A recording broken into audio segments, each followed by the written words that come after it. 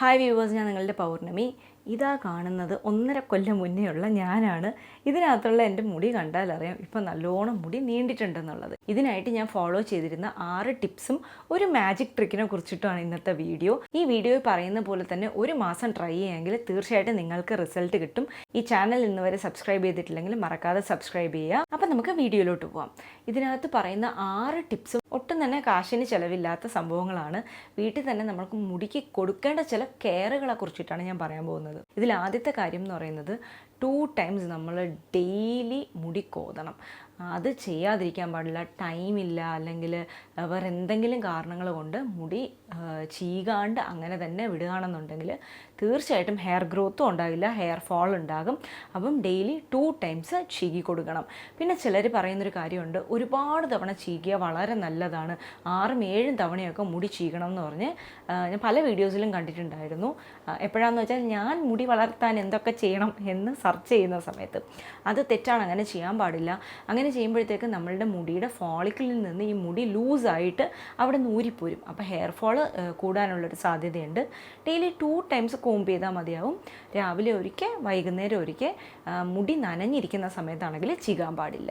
അതുപോലെ തന്നെ ഓരോ തവണ ചീകുന്നതിന് മുന്നേയും നല്ല രീതിക്ക് മസാജ് ചെയ്ത് കൊടുക്കുന്നത് നല്ലതായിരിക്കും. ഇപ്പോൾ ഈ വീഡിയോയിൽ എന്നെ കണ്ടാൽ ഒരു പ്രേതത്തിൻ്റെ ലുക്ക് ഉണ്ടെങ്കിലും ഇതുപോലെ നിങ്ങളും മിററിന് മുന്നിലെങ്ങാനും ചെന്ന് നിന്നിട്ട് വളരെ പതുക്കെ നിങ്ങളുടെ ഫിംഗേഴ്സൊക്കെ തന്നെ സ്കാൽപ്പിന് മുകളിൽ ഒരുപാട് പ്രഷർ കൊടുക്കുന്നില്ലല്ലോ എന്നുള്ളത് ശ്രദ്ധിച്ചിട്ട് നല്ല രീതിക്ക് മെല്ലെ മെല്ലെ മെല്ലെ മസാജ് ചെയ്ത് കൊടുക്കുക. ഇത് നിങ്ങളുടെ സ്കാൽപ്പിലുള്ള ബ്ലഡ് സർക്കുലേഷൻ ഇമ്പ്രൂവ് ചെയ്യും. ഇത് നമ്മളുടെ ഹെയർ ഫോളിക്കിൾസിന് ഒരുപാട് ഉപകാരം ചെയ്യും. നമുക്ക് ഹെയർ ഫോൾ വരുന്നത് കുറയ്ക്കാനും പറ്റും, പുതിയ മുടി കുരുക്കാനായിട്ട് ഇത് സഹായിക്കുകയും ചെയ്യും. ഇനി ശ്രദ്ധിക്കേണ്ട രണ്ടാമത്തെ കാര്യം എന്ന് പറയുന്നത് നമ്മൾ ഉപയോഗിക്കുന്ന കോമ്പാണ്. നിങ്ങൾ ഉപയോഗിക്കുന്നത് ഒരു പ്ലാസ്റ്റിക് കോമ്പാണെന്നുണ്ടെങ്കിൽ അത് ചേഞ്ച് ചെയ്യുന്നതായിരിക്കും നല്ലത്. ഒരു വുഡൻ കോമ്പിലേക്ക് മാറുന്നത് നമുക്ക് ഒരുപാട് യൂസ്ഫുൾ ആയിരിക്കും. പക്ഷെ നിങ്ങൾക്കത് താല്പര്യമില്ല, വുഡൻ കോമ്പ് എനിക്ക് അത്ര താല്പര്യമില്ല, എനിക്ക് പ്ലാസ്റ്റിക് കോമ്പ് തന്നെ വേണം എന്നാണ് നിങ്ങൾ പറയുന്നതെന്നുണ്ടെങ്കിൽ തീർച്ചയായിട്ടും അതിൻ്റെ എൻഡ്, ആ ഓരോ കോമ്പിൻ്റെയും പല്ലുകളുണ്ടല്ലോ, അതിൻ്റെ എൻഡ് വളരെ ഷാർപ്പാകാണ്ടിരിക്കാനായിട്ട് നോക്കണം. ഭയങ്കര ഷാർപ്പായിട്ടുള്ള കോമ്പുകൾ ഞാൻ കണ്ടിട്ടുണ്ട്. അത് വെച്ചിട്ടൊക്കെ കോമ്പ് ചെയ്യുമ്പോൾ നല്ലൊരു സുഖം ഉണ്ടായിരിക്കും. പ്രത്യേകിച്ച് ഡാൻഡ്രഫൊക്കെ ഉള്ളവർക്ക് നല്ല സുഖമായിരിക്കും. പക്ഷേ അത് നമ്മളുടെ സ്കാൽപ്പിനെയും നമ്മളുടെ ഹെയർ ഫോളിക്കിൾസിനെയും ഒക്കെ തന്നെ ഡാമേജ് ചെയ്തുകൊണ്ടിരിക്കും. അപ്പോൾ എപ്പോഴും കോമ്പ് ചൂസ് ചെയ്യുമ്പോഴത്തേക്ക് അതിൻ്റെ ഓരോ പല്ലുകളും വളരെ ബ്ലണ്ടാണോ എന്നുള്ളത് നോക്കിയിട്ട് വേണം ചൂസ് ചെയ്യാനായിട്ട്. അതുപോലെ പറ്റുവാണെന്നുണ്ടെങ്കിൽ ഒരു വുഡൻ കോമ്പിലോട്ട് നിങ്ങൾ മാറുന്നതായിരിക്കും നല്ലത്.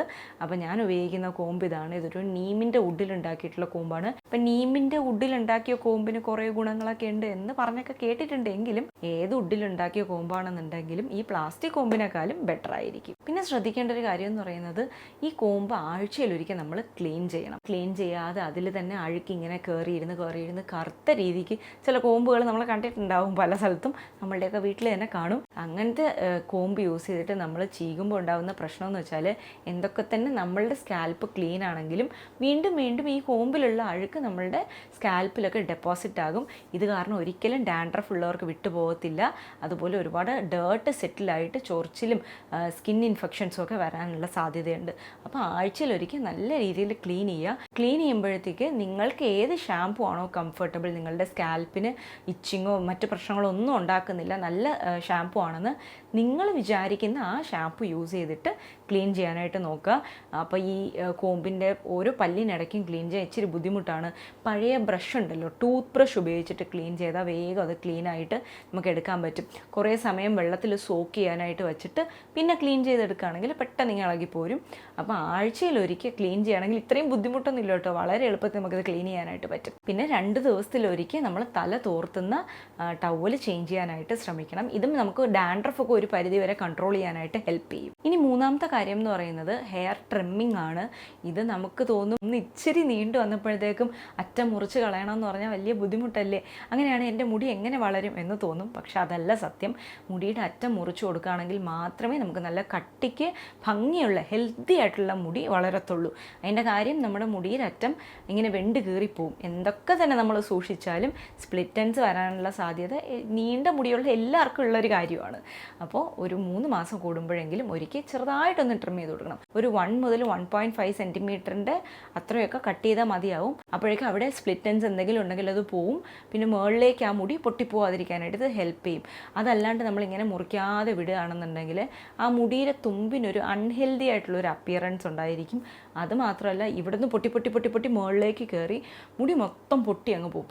ഇവിടെ ഒക്കെ നല്ല ഹെൽത്തി ആണ് എങ്കിലും ഇവിടുന്ന് അങ്ങ് മൊത്തം പൊട്ടി ഒന്നും ഇല്ലാണ്ടായി പോവും. അപ്പോൾ ഇത് പ്രത്യേകം ശ്രദ്ധിക്കണം. മുടിയുടെ തുമ്പ് മുറിച്ചു കൊടുക്കാമെങ്കിൽ മാത്രമേ നല്ല ആരോഗ്യമുള്ള ഭംഗിയുള്ള മുടി നമുക്ക് കിട്ടത്തുള്ളൂ. ഇനി 4ാമത്തെ ടിപ്പ് എന്താണെന്ന് നോക്കാം. മറക്കാതെ ആഴ്ചയിൽ 2 തവണ ഓയിലിംഗ് ചെയ്യണം. ഇത് ഭയങ്കര മടിയുള്ള കാര്യമാണ് പലർക്കും.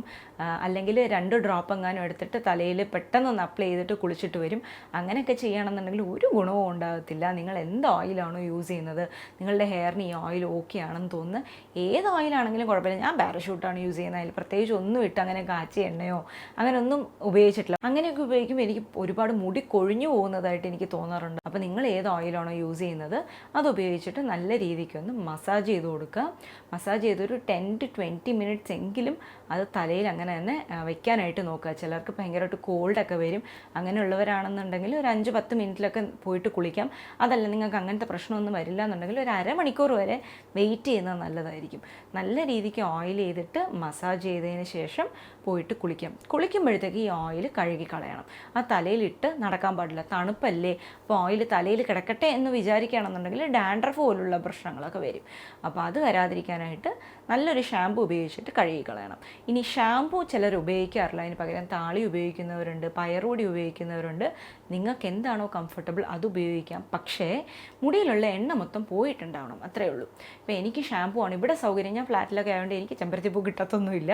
അതുകൊണ്ട് ഞാൻ ഷാമ്പു തന്നെയാണ് യൂസ് ചെയ്യുന്നത്. എന്താണോ നമുക്ക് അവൈലബിൾ ആയിട്ടുള്ളത് അത് വെച്ചിട്ട് നമ്മളുടെ സ്കാൽപ്പ് ക്ലീൻ ചെയ്യാനായിട്ട് നോക്കണം. മുടിയും സ്കാൽപ്പും ക്ലീൻ ആണെങ്കിൽ മാത്രമേ ഹെയർ ലോസ് ഉണ്ടാകാതെ നമുക്ക് നല്ല രീതിക്ക് മുടി വളർത്തി കൊണ്ടുവരാനായിട്ട് പറ്റത്തുള്ളൂ. ഞാൻ ഉപയോഗിക്കുന്ന എല്ലാ ഹെയർ കെയർ പ്രോഡക്ട്സിൻ്റെയും ലിങ്ക് ഞാൻ ഡിസ്ക്രിപ്ഷനിൽ കൊടുത്തിട്ടുണ്ട്.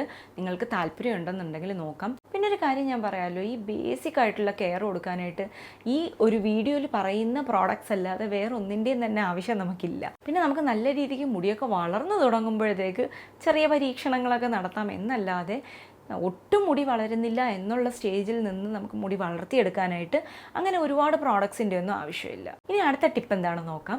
നമ്മൾ ഉറങ്ങുന്ന സമയത്ത് മുടി കെട്ടി വെച്ചിട്ട് ഉറങ്ങുന്ന ഒരുപാട് പേരുണ്ട്. അതൊരു പ്രശ്നമുള്ള കാര്യമൊന്നുമല്ല. പക്ഷേ നമ്മൾ ഈ പിന്നിയൊക്കെ കെട്ടി വെച്ചിട്ട് നല്ല കട്ടിയുള്ള ബെഡ്ഷീറ്റിലാണ് കിടന്ന് ഉറങ്ങുന്നതെന്നുണ്ടെങ്കിൽ ഈ ബെഡ്ഷീറ്റിൽ മുടി ഉരഞ്ഞിട്ട് അവിടെ വെച്ച് പൊട്ടിപ്പോവും, ഫ്രിക്ഷൻ കാരണം. അപ്പോൾ ഇത് അവോയ്ഡ് ചെയ്യാനായിട്ട് ഈ സംഭവം നമുക്ക് യൂസ് ചെയ്യാനായിട്ട് പറ്റും. ഇതാണ് ഒരു ഹെയർ ക്യാപ്പ് അല്ലെങ്കിൽ ഹെയർ ബോണറ്റ് എന്ന് പറയുന്നത്. ഇതിനുള്ളിലുള്ള ക്ലോത്ത് എന്ന് പറയുന്നത് ഭയങ്കര സോഫ്റ്റാണ്. അപ്പോൾ ഇത് നമ്മളുടെ മുടിയിൽ കൊണ്ടിട്ട് പൊട്ടത്തില്ല. അതുപോലെ മുടി ബെഡ്ഷീറ്റിൽ ഉരഞ്ഞിട്ട് പൊട്ടുന്നതും ഈ ഒരു സാധനം ഉപയോഗിക്കുകയാണെങ്കിൽ നമുക്ക് അവോയ്ഡ് ചെയ്യാനായിട്ട് പറ്റും. പക്ഷേ ഇതിൻ്റെ ഒരു പ്രശ്നം എന്താണെന്ന് വെച്ചാൽ ഇതിനൊരു ഇലാസ്റ്റിക് കൊടുത്തിട്ടുണ്ട് നമ്മൾ ഈ യൂസ് ചെയ്യുമ്പോഴത്തേക്ക് ഇവിടെ നിന്ന് ഊരി വരാതിരിക്കാനായിട്ട്. അത് നമുക്ക് ആദ്യത്തെ ഒരു 2-3 ദിവസം ഇച്ചിരി അൺകംഫർട്ടബിൾ ആയിരിക്കും. അത് കഴിയുമ്പോഴത്തേക്ക് നമുക്ക് ഈ സാധനം ഇല്ലാണ്ട് ഉറങ്ങാൻ പറ്റത്തില്ല. മുടി എവിടെയെങ്കിലും കൊണ്ടിട്ട് വലിയാണെങ്കിലോ അല്ലെങ്കിൽ നമ്മൾ തന്നെ മുടിക്ക് മുകളിൽ കിടന്ന് ഉറങ്ങുകയെങ്ങാനും ചെയ്യുകയാണെങ്കിൽ എനിക്ക് ഭയങ്കര ബുദ്ധിമുട്ട് തോന്നും. അതൊക്കെ അവോയ്ഡ് ചെയ്യാനായിട്ട് ഈ സാധനം എന്നെ ഹെൽപ്പ് ചെയ്യാറുണ്ട്. അതുപോലെ ഇഷക്കുട്ടി എൻ്റെ മുടിയിൽ രാത്രി പിടിച്ച് വലിക്കാതിരിക്കാനും ഈ സാധനം എന്നെ ഹെൽപ്പ് ചെയ്യാറുണ്ട്. അതുകൊണ്ട് തന്നെ എന്നെ സംബന്ധിച്ച് ഇതൊരു മൾട്ടിപർപ്പസ് ഐറ്റമാണ്. ഇനി അവസാനത്തെ ടിപ്പ് എന്താണെന്ന് നോക്കാം. എപ്പോഴും മുടി നമുക്ക് ലൂസായിട്ട് കെട്ടാനായിട്ടുള്ള ക്ലിപ്പുകൾ കയ്യിൽ വെച്ചേക്കണം. ക്ലിപ്പില്ല എന്നുള്ളവരാണെങ്കിൽ ഇനിയെങ്കിലും ചൂസ് ചെയ്തിട്ട് വാങ്ങുക. നമ്മളുടെ മുടിയുടെ തിക്നെസ് നോക്കിയിട്ട് വേണം വാങ്ങാനായിട്ട്. ഭയങ്കര ടൈറ്റായിട്ട് ഇറുക്കി വയ്ക്കുന്ന രീതിക്കുള്ള കുഞ്ഞു ക്ലിപ്പുകളൊന്നും വാങ്ങാൻ പാടില്ല. നമ്മളുടെ മുടി നല്ല തിക്കാണെന്നുണ്ടെങ്കിൽ അതിനനുസരിച്ചുള്ള വലിയ ക്ലിപ്പുകൾ വാങ്ങിക്കാനായിട്ട് കിട്ടും. വളരെ ലൂസായിട്ട് വേണം എപ്പോഴും മുടി കെട്ടി വയ്ക്കാനായിട്ട്. അല്ലാതെ ഭയങ്കര ടൈറ്റായിട്ടുള്ള ഹെയർ ബാൻഡ്സ് ഒക്കെ യൂസ് ചെയ്തിട്ട് കെട്ടുകയാണെന്നുണ്ടെങ്കിൽ അവിടെ വെച്ചിട്ട് പൊട്ടിപ്പോകും. നമ്മൾ അറിയത്തില്ല, മുടി കൊഴിയാണെന്നേ വിചാരിക്കത്തുള്ളൂ. ഇടയ്ക്ക് വെച്ചിട്ട് ഇങ്ങനെ പൊട്ടിപ്പോവും, നമ്മളുടെ മുടിയുടെ ഉള്ളു കുറയും. അപ്പോൾ ഇതൊക്കെ അവോയ്ഡ് ചെയ്യാനായിട്ട് ഒന്നുകിൽ നല്ല സോഫ്റ്റ് ആയിട്ടുള്ള സ്ക്രഞ്ചസ് വാങ്ങാനായിട്ട് കിട്ടും, അത് യൂസ് ചെയ്യുക. അതല്ലാന്നുണ്ടെങ്കിൽ ലൂസായിട്ടുള്ള ക്ലിപ്പുകൾ യൂസ് ചെയ്തിട്ട് കെട്ടി വയ്ക്കാം. ഇനി നമുക്ക് നമ്മുടെ മാജിക് ട്രിക്കിലോട്ട് പോവാം. അപ്പോൾ ഞാൻ കുറേ സംഭവങ്ങളൊക്കെ കഞ്ഞിവെള്ളം, അതുപോലെ എന്താണ് റോസ്മേരി ഓയിൽ, ഇങ്ങനെ കുറേ സംഭവങ്ങളൊക്കെ യൂസ് ചെയ്തിട്ട് എനിക്ക് തലവേദന വന്നു, മുടി കൊഴിച്ചിലുണ്ടായി, ഇങ്ങനെ കുറേ നെഗറ്റീവ് സംഭവങ്ങളൊക്കെ ഉണ്ടായി എന്നല്ലാതെ ഒരു ഗുണവും ഉണ്ടായില്ല. പിന്നെ ഉള്ളിയുടെ നീര് തേക്കുന്നത് നല്ലതാണെന്ന് പറഞ്ഞിട്ട് അത് തേച്ച് നോക്കി, അതെനിക്ക് ഭയങ്കര ഹാർഷായിരുന്നു. അങ്ങനെ ഇതൊക്കെ ഒക്കെ ഞാൻ പരീക്ഷിച്ച് ഇരിക്കുമ്പോഴാണ് എവിടെയോ ഒരു വീഡിയോയിൽ, അത് എവിടെയാണെന്ന് പറഞ്ഞുതരാൻ എനിക്കിപ്പോൾ ഓർമ്മയില്ല, അല്ലെങ്കിൽ ഞാനത് മെൻഷൻ ചെയ്യായിരുന്നു, എവിടെയോ ഞാൻ കണ്ടു ഉള്ളിയുടെ ജ്യൂസ് യൂസ് ചെയ്തിട്ട് അത് പറ്റാത്ത ആൾക്കാർക്ക് ഉള്ളിയുടെ തൊലി ഉപയോഗിച്ചിട്ട് ഒരു ഹെയർ സെറം ഉണ്ടാക്കാം എന്ന് പറഞ്ഞിട്ട്. അപ്പോൾ ഞാൻ ആ ഹെയർ സെറത്തിൻ്റെ വീഡിയോ കണ്ടപ്പോഴത്തേക്ക് അത് ഇച്ചിരി ലെങ്തി ആയിട്ടുള്ളൊരു സംഭവമാണ്, ഒരു വലിയ പ്രോസസ്സൊക്കെയാണ്. അതിനും മാത്രം സമയമൊന്നും എനിക്കില്ല, ഇപ്പോൾ ഇഷക്കുട്ടി ഉള്ളതുകൊണ്ട് ഒട്ടും ടൈമില്ല. അപ്പോൾ ഞാൻ അതിനെക്കുറിച്ച് വീണ്ടും കുറേ വീഡിയോസൊക്കെ കണ്ടപ്പോഴത്തേക്ക് എനിക്ക് സിമ്പിളായിട്ടുള്ളൊരു ടെക്നിക്ക് കിട്ടി. അത് ഞാൻ നിങ്ങൾക്ക് ഇന്ന് കാണിച്ചു തരാം. ഉള്ളിയുടെ സവാളയാവാം അല്ലെങ്കിൽ കുഞ്ഞുള്ളിയാവാം, ഏതെങ്കിലും തൊലി എടുത്തിട്ട് നല്ല രീതിക്ക് വാഷ് ചെയ്ത് ക്ലീൻ ചെയ്തതിന് ശേഷം 1 കപ്പ് വെള്ളത്തിലിട്ടിട്ട് ഒരു 5 മുതൽ 10 മിനിറ്റ് ലോ ഫ്ലെയിമിൽ ചൂടാക്കണം. ഒരു 1.5 കപ്പ് വെള്ളം വരെയും നിങ്ങൾക്ക് വേണമെങ്കിൽ യൂസ് ചെയ്യാം. ഇതിൻ്റെ കൂടെ തന്നെ ഒരു 3 മുതൽ 4 ഗ്രാമ്പും കൂടെ ഇട്ട് കൊടുക്കണം. ഒരു 10 മിനിറ്റ് കഴിയുമ്പോഴത്തേക്ക് അതിന് നല്ലൊരു കളർ ഉണ്ടായിരിക്കും ആ വെള്ളത്തിന്. ഈ വെള്ളം നല്ലോണം തണുത്തതിന് ശേഷം ഒരു സ്പ്രേ ബോട്ടിലാക്കി സ്കാൽപ്പിലേക്ക് നല്ല രീതിക്ക് സ്പ്രേ ചെയ്ത് മസാജ് ചെയ്തതിന് ശേഷം ഒരു 10 മിനിറ്റ് വെയിറ്റ് ചെയ്തിട്ട് ഷാമ്പൂ ഉപയോഗിച്ചിട്ട് കഴുകിക്കളയാം. ഇതിനങ്ങനെ ഭയങ്കര ഒരു സ്മെല്ലോ, ഈ ഉള്ളിയുടെ ജ്യൂസ് എടുക്കുമ്പോഴത്തേക്ക് ഭയങ്കര ഒരു സ്മെല്ലുണ്ട്. ആ സ്മെല്ലൊന്നുമില്ല. തലയിൽ നിന്ന് ആ സ്മെല്ലിങ്ങനെ വരുമോ എന്നുള്ള പ്രശ്നമില്ല. ഭയങ്കര കോൺസെൻട്രേറ്റഡ് അല്ല, അതുകൊണ്ട് തന്നെ എനിക്കൊക്കെ വന്നതുപോലെ ഈ സ്കിന്ന് പൊട്ടിപ്പോകുന്ന പ്രശ്നങ്ങളൊന്നും ഉണ്ടാവത്തില്ല. അപ്പോൾ ഇത് ഭയങ്കര മൈൽഡാണ്, എങ്കിൽ ഭയങ്കര എഫക്റ്റീവുമാണ്. ആഴ്ചയിൽ ഒരിക്കലൊക്കെ യൂസ് ചെയ്താൽ മതിയാകും. അതുപോലെ തന്നെ സ്പ്രേ ബോട്ടിൽ ഇല്ലാത്തവർക്കാണെങ്കിൽ കോട്ടണിൽ മുക്കിയിട്ടും സ്കാൽപ്പിലോട്ട് അപ്ലൈ ചെയ്യാം. ഞാൻ ഒട്ടും സമയമില്ലാത്ത ദിവസങ്ങളിൽ കയ്യിലോട്ട് ഒഴിച്ചിട്ട് ഇങ്ങനെ ആ കൈ കൊണ്ട് തന്നെ മസാജ് ചെയ്ത് കൊടുക്കുകയാണ് ചെയ്യാറ്. എനിക്ക് ഈ സ്പ്രേ ബോട്ടിലൊക്കെ ആക്കി സ്പ്രേ ചെയ്തുകൊണ്ട് നിൽക്കാനുള്ള സമയമൊന്നുമില്ല. എൻ്റെ മോൾ ഉറങ്ങുന്ന ഒരു കുറച്ച് സമയം മാത്രമാണ് എനിക്കുള്ളത്. അപ്പോൾ ആ സമയത്തിനുള്ളിൽ എന്തൊക്കെ ചെയ്യാൻ പറ്റുമോ അതൊക്കെ ഞാൻ ചെയ്യാറുണ്ട്. അപ്പോൾ ഇങ്ങനത്തെ തട്ടിക്കൂട്ടൽ പരിപാടികളൊക്കെ ചെയ്തിട്ടാണ് ഞാൻ എൻ്റെ മുടി വളർത്തിയെടുത്തത്. നിങ്ങളും ട്രൈ ചെയ്ത് നോക്കുക, ഉറപ്പായിട്ട് റിസൾട്ട് ഉണ്ടാവും. അപ്പോൾ റിസൾട്ട് കിട്ടുകയാണെന്നുണ്ടെങ്കിൽ എൻ്റെ കമൻറ്റ് ബോക്സിൽ പറയുക, മറ്റുള്ളവർക്ക് അത് യൂസ്ഫുൾ ആയിരിക്കും. അപ്പോൾ ഇന്നത്തെ വീഡിയോ ഇതാണ്. ഇഷ്ടമെങ്കിൽ ലൈക്ക് ചെയ്യുക, ഷെയർ ചെയ്യുക, കമൻറ്റ് ചെയ്യുക, സബ്സ്ക്രൈബ് ചെയ്യുക. മറ്റൊരു വീഡിയോയിൽ കാണുന്നവരെ ടേക്ക് കെയർ, ബൈ.